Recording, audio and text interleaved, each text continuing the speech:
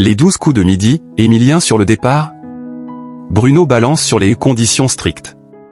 Alors que certaines rumeurs ont émergé ces dernières semaines concernant la future élimination d'Émilien au sein des 12 coups de midi sur TF1, l'ancien champion emblématique du jeu, Bruno Ourcade, s'est récemment exprimé à ce sujet. Lancé pour la première fois sur TF1 en 2010. Le jeu quotidien baptisé les 12 coups de midi est devenu un des programmes incontournables de la première chaîne.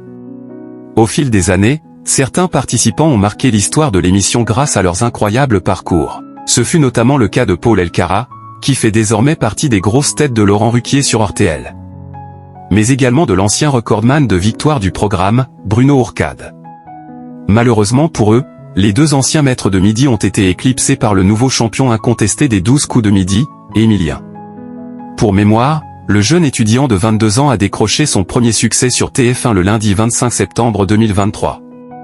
Depuis, il a enchaîné 622 victoires consécutives à l'heure où nous écrivons ces lignes. Tout en découvrant 22 étoiles mystérieuses. Émilien bientôt éliminé du jeu de TF1? Au total, la cagnotte d'Émilien s'élève aujourd'hui à près de 2,5 millions d'euros de gains et de cadeaux. Cependant, certaines rumeurs concernant une élimination imminente d'Émilien sont récemment apparues.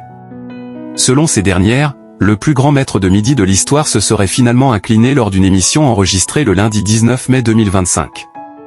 La fin de son parcours serait ainsi diffusée sur l'antenne de TF1 le dimanche 6 juillet 2025. Dans le cadre d'une récente interview accordée à Ouest France, l'ancien meilleur candidat de l'histoire des 12 coups de midi, Bruno Ourcade, s'est exprimé sur ces fameuses rumeurs. Plus le temps avance, plus les gens se disent que ça va s'arrêter, ça fait partie du jeu. Le contexte était quand même un peu différent pour moi, a-t-il premièrement lancé. Pour rappel, l'ancien champion des 12 coups de midi a remporté 1 26 107 € de gains et de cadeaux en l'espace de 252 victoires. Le joueur, comme son entourage, doit rester discret.